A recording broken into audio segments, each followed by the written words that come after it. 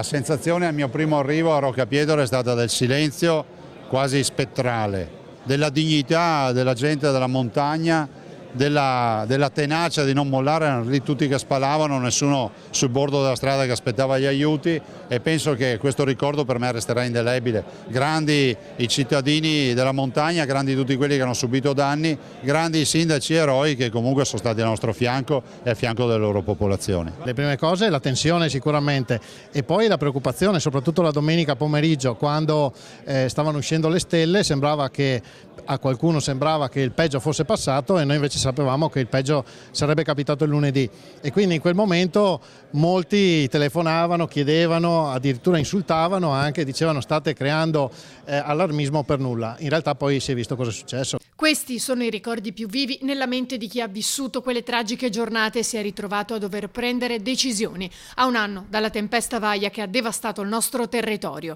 Il governatore Zaia, nel suo ruolo di commissario delegato per il superamento dell'emergenza, fu in primis determinato nel disporre la chiusura delle scuole quando dall'esterno più di qualcuno parlava di allarmismo. È stata una scelta che ho fatto in autonomia.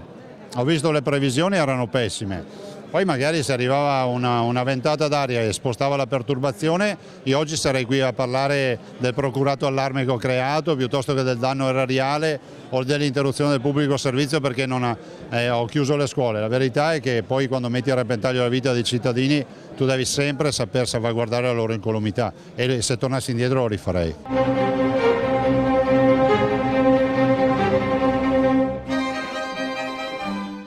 È a un anno di distanza il punto a Palazzo Balbi sull'enorme lavoro di ricostruzione svolto in questi mesi. Abbiamo circa 1 miliardo di euro di promesse in 3 anni. La prima tranche è arrivata, l'abbiamo tutta investita e si è tradotta in 1746 cantieri.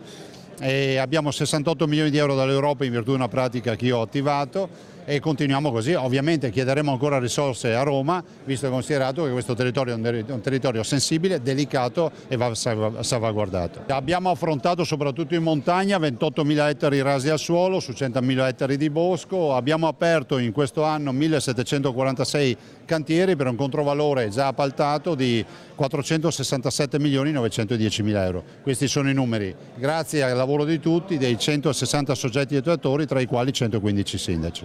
Un lavoro di squadra a 360 gradi. Il sistema funziona.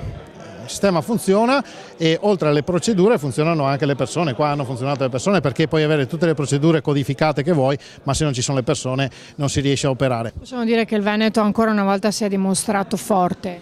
Ma l'ha detto il Presidente Mattarella, il Veneto ha dato una lezione di protezione civile e quindi ci meritiamo l'autonomia.